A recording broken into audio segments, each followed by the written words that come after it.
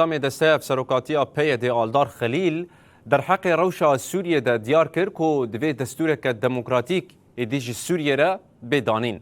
آلدار خلیل گفت که آرمانجا ارگدار کرنا احمد الشرع پیک آنیا لحف کرنه به اسرائیلی ریه. هر وکی اشکره کر که حطانا حکومتا وگوهز جه پیک آنیا پیمانا ده آداره در روه. شو هدفه؟ اولا يحقق التطبيع مع اسرائيل يوقع.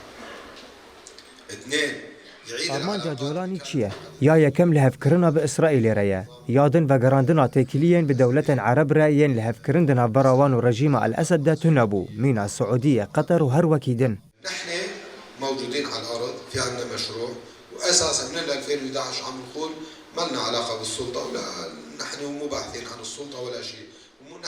پروژه که مهیا ام جی سال 2011 و دبیجن ام دستهلاتداری ناخوازن لهن تشت هنه دوی پیک ورن مجی دست پیک داد گوت گر رژیم بکوه دوی دستورک دموکراتیک جوی ولاتی را بیدانین جبر کو جبو سوریا که دموکراتیک گلی سوریه لدیجی رژیم رابو سوریا دموکراتیک دریا کسا که تنی نایب دست خستن دموکراتیک دریا دستورک داته جبو وی دوی دستورک نوج سوریه را بیدانین جده آدار او بفربه مبهبر لسر پیمانه که لحف کر لیدوی همو گل وی ناس بکن او حتی نها جوی پیمانه درفن